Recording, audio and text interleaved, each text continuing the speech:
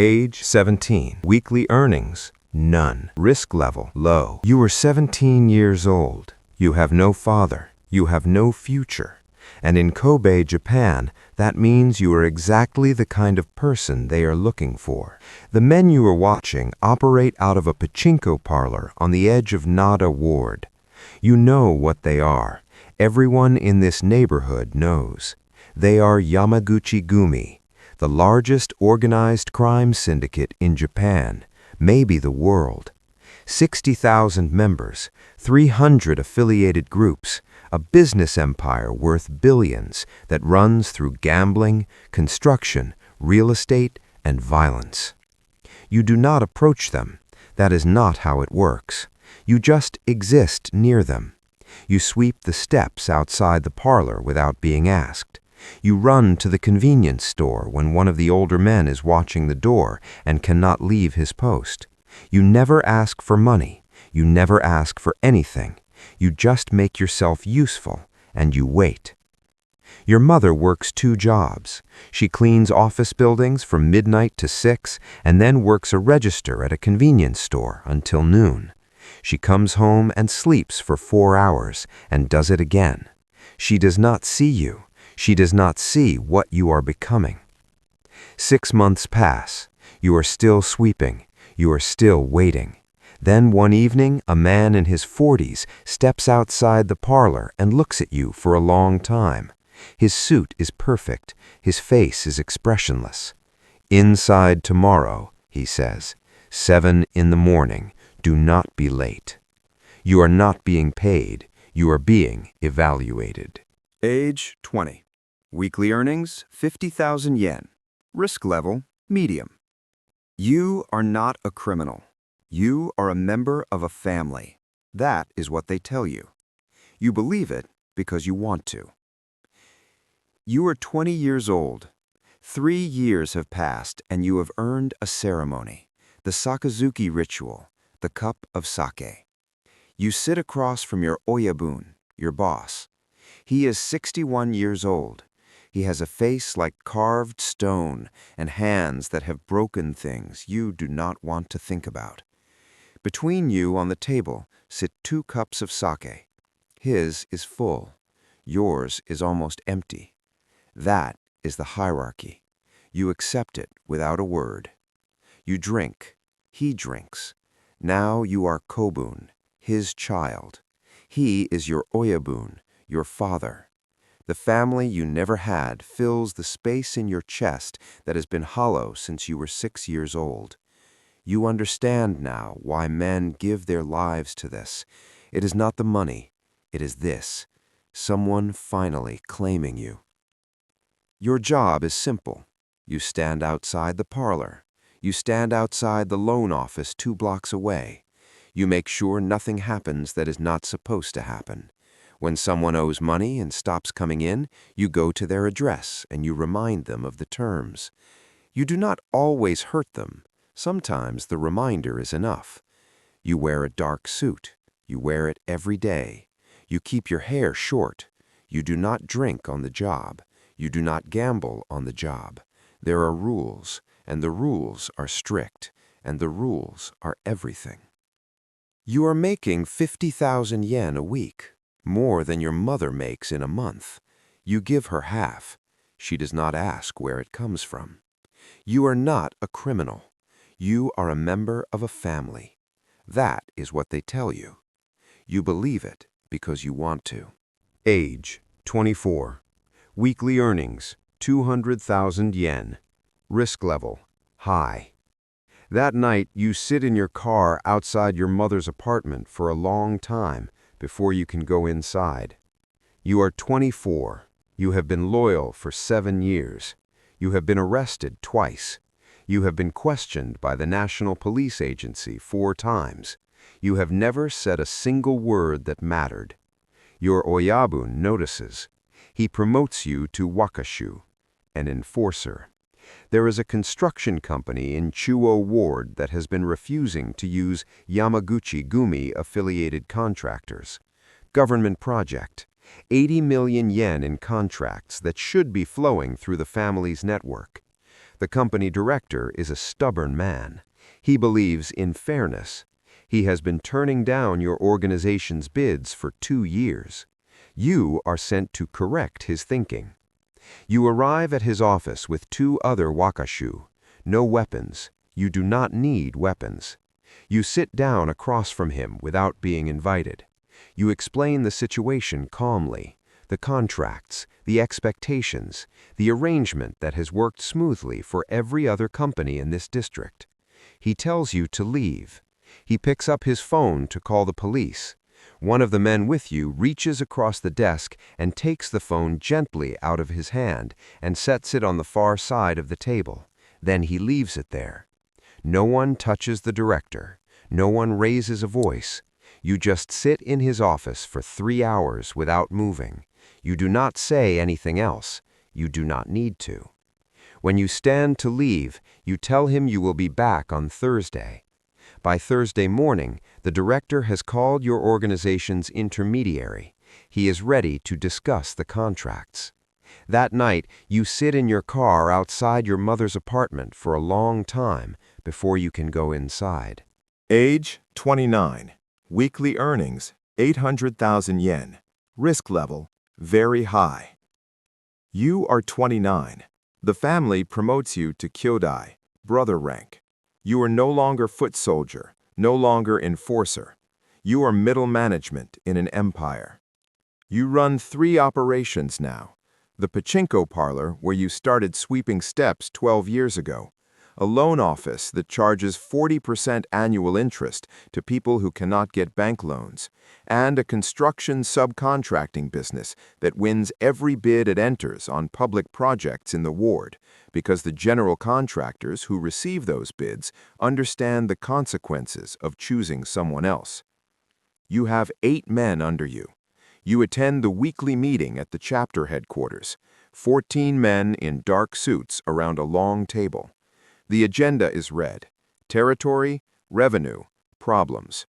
You report on your operations, numbers only, no excuses, no emotion. You make 800,000 yen a month now. You have a small apartment. You have a car. You have a woman who knows what you are and stays anyway because you are kind to her, even when you are not kind to anyone else. But the National Police Agency's Organized Crime Division has a file on you now. Your name, your photo, your known associates, your vehicles. You are a documented Yakuza member, which means you cannot open a bank account, cannot get a mortgage, cannot sign a lease, cannot enter certain hotels, cannot play golf at certain courses. Japan has passed laws specifically designed to make legitimate life impossible for men like you. The walls that kept you safe are also the walls that trap you inside.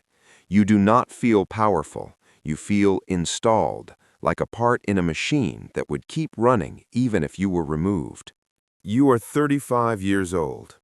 Your chapter boss dies of a stroke. He is 74. He has lived longer than most men in this life. His funeral is massive. 600 men in black suits filing past his photograph.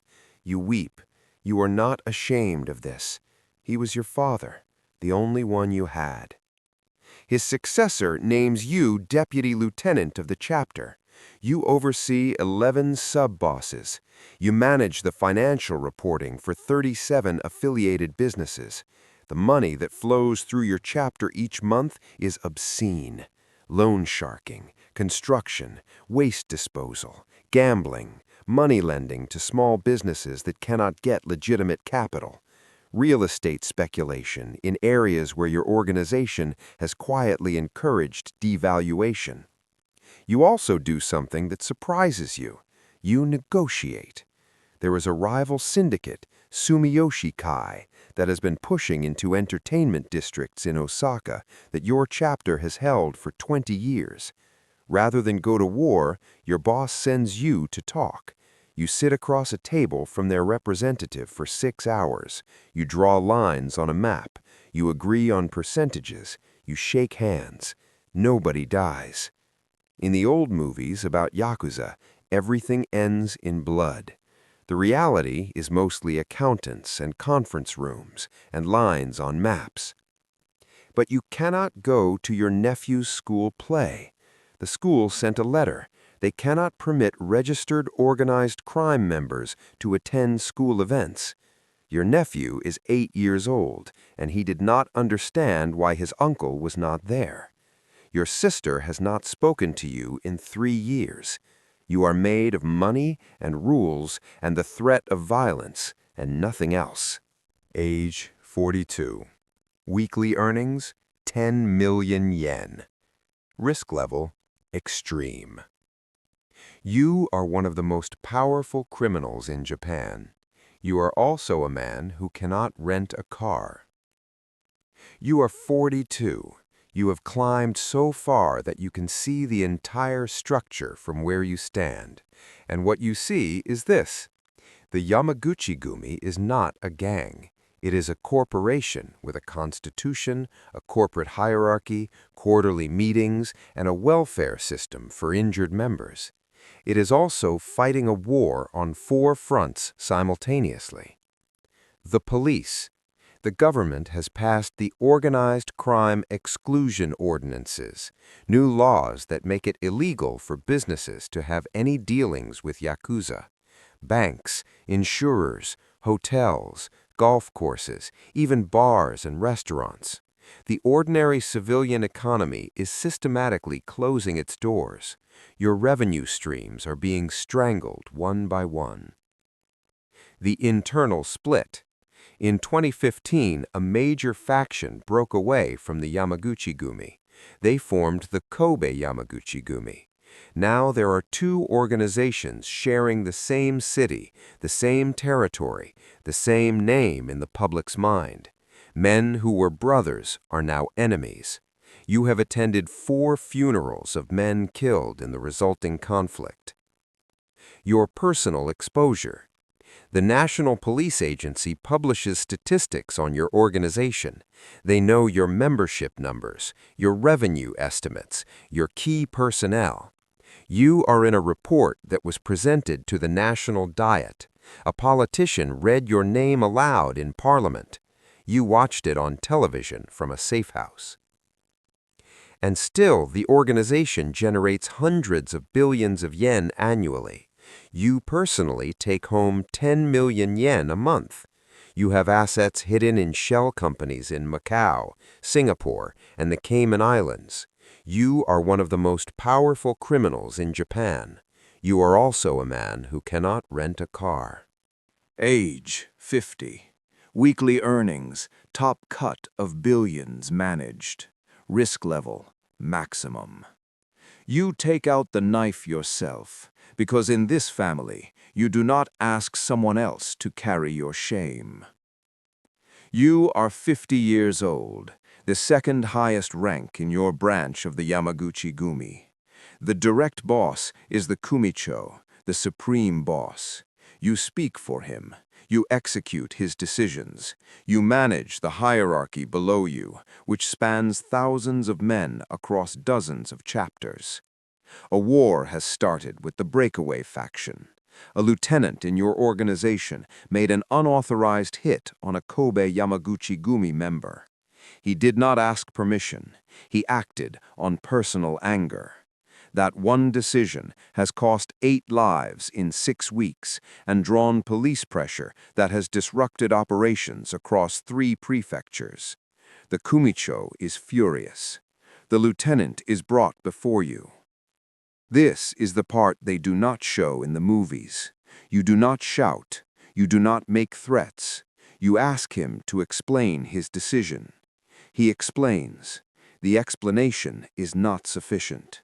You inform him that a formal apology is required, a sincere one, in the old tradition.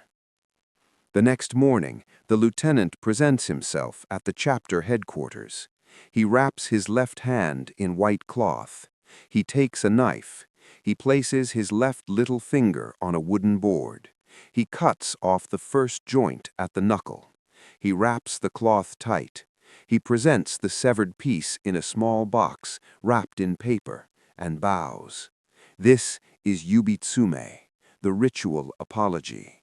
This is what honor costs in this world.